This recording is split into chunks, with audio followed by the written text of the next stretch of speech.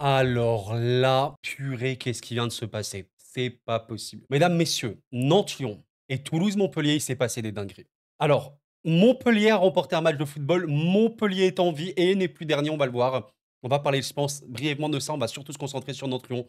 Mais les Lyonnais, alors je pense que les Toulousains doivent être vraiment énervés, c'est sûr. Mais les Lyonnais, purée, c'est un truc de fou. Bon, déjà, il faut dire une chose claire. Félicitations à Nantes et à Montpellier. Il n'y a pas de problème là-dessus. Quand on joue avec le football, on se fait punir.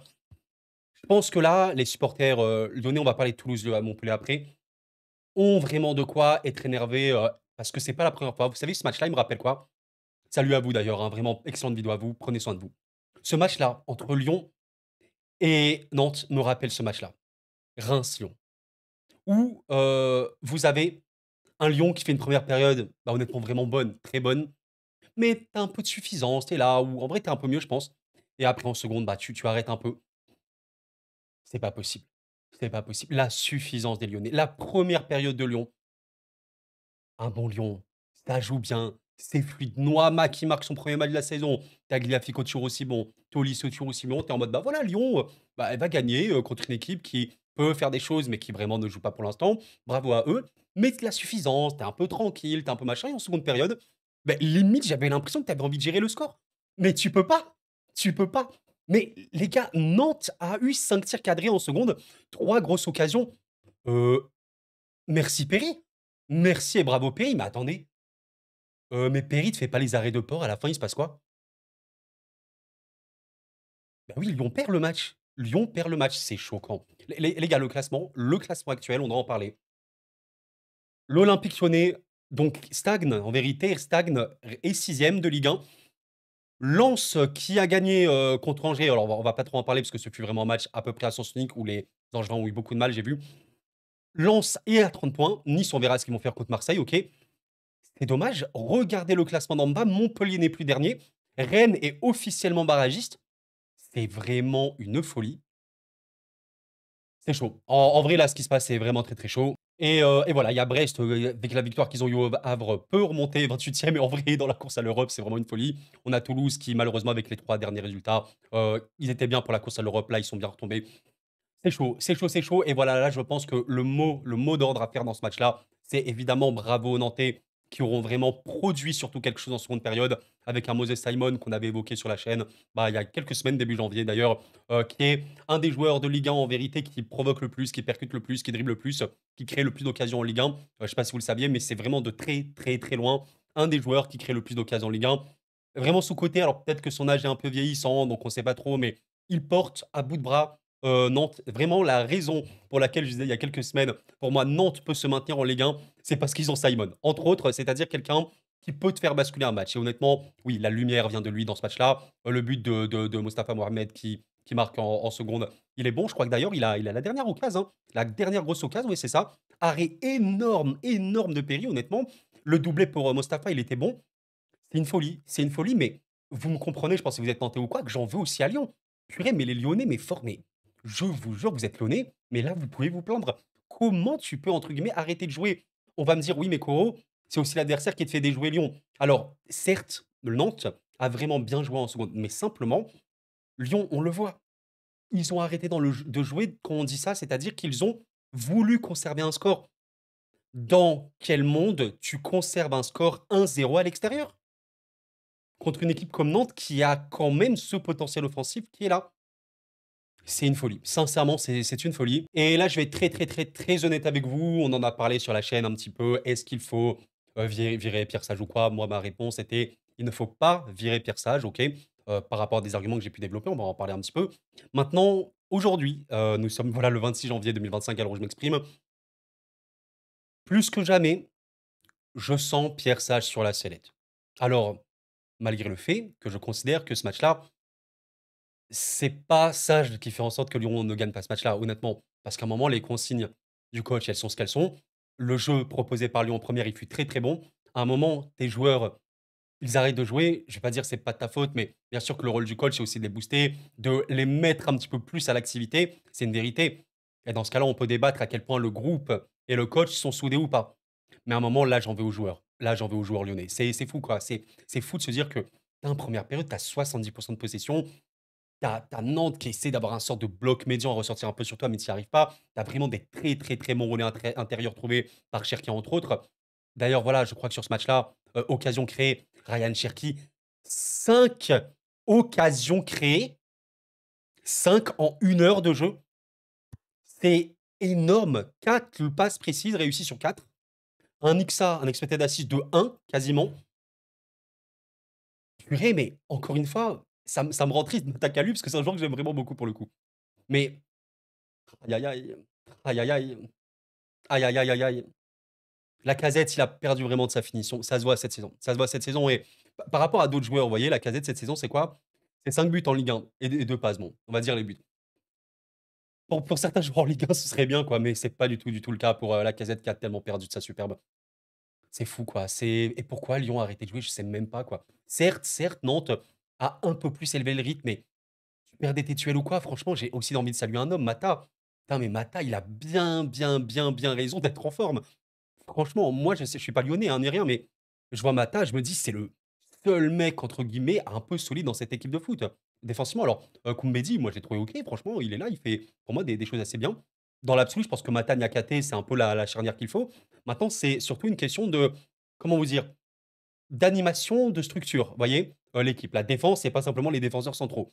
La structure de cette équipe est un peu complexe, ah, honnêtement. C'est chaud, c'est chaud. Puis en plus, voilà, je me dis, Noama, il marque en début de match et tout, ça peut être vraiment un bon match pour les Lyonnais. Tagliafico, franchement, il a fait un match, il a fait un match, il a été important, important, aussi bien offensivement surtout, défensivement. Mais tu respectes pas le football, tu respectes pas le football, tu les laisses jouer, tu es très très mou. Là, voilà, là, vous voyez, moi, j'ai pas de problème, si vous voulez, dans le football, à perdre des points, à perdre des matchs. Par exemple, vous savez, hier, il y a eu Reims-PSG, PSG-Reims au Parc des Princes. Il y a eu match nul.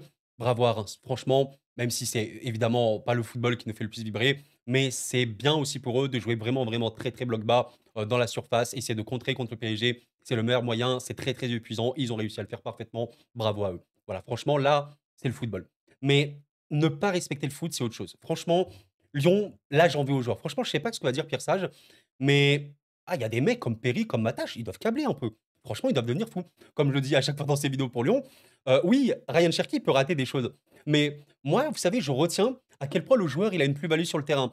À un moment, Ryan Cherki, c'est littéralement dans tous les matchs qu'il joue, le joueur est de très très loin qui génère le plus d'occasions.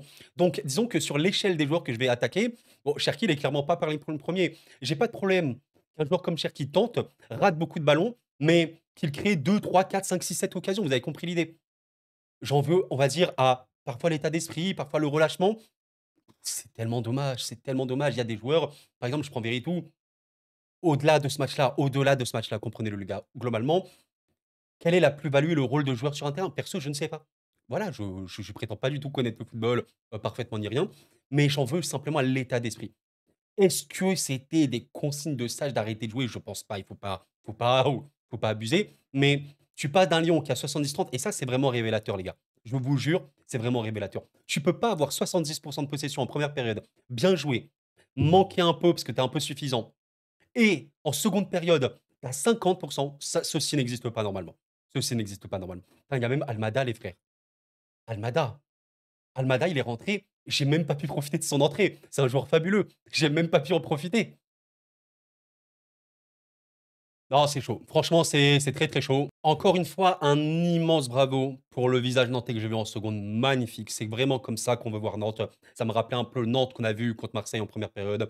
Notamment, c'est une équipe qui peut vraiment, d'un coup, vraiment élever son niveau de jeu et bien jouer. Mais avec tout le respect qu'on a pour Nantes, Lyon n'a absolument pas le droit de relâcher le jeu, de relancer quelque part Nantes. C'est comme si tu avais un bâton, tu tends le bâton. Tiens, Nantes, s'il te plaît, tape-moi. Tape-moi. Eh ben, ça va taper. Et attends, je regarde, hein. Mais Perry, 4 arrêts importants. Il aura rencontré 1,43 d'XGOT, donc c'est quand même bien.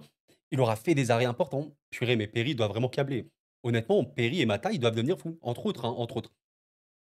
Bref, grosse, grosse, grosse force, pas pour les Lyonnais qui vivent une saison là, une année 2025 qui est un peu sombre.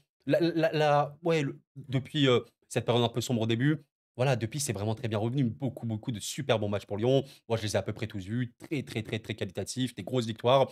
Une défaite contre le PSG, tu aurais peut-être pu espérer mieux, machin, mais bon, OK. Mais ouais, depuis, bah voilà, le 11 janvier, défaite à Brest, OK. Élimination en Coupe de France, faut arrêter cette folie. Un match nul extrêmement décevant contre Toulouse, qui certes était solide, mais tu devais quand même produire mieux. Un nul à Fenerbahçe, bon, on va même pas le compter. Lyon était quand même la meilleure équipe sur ce match-là.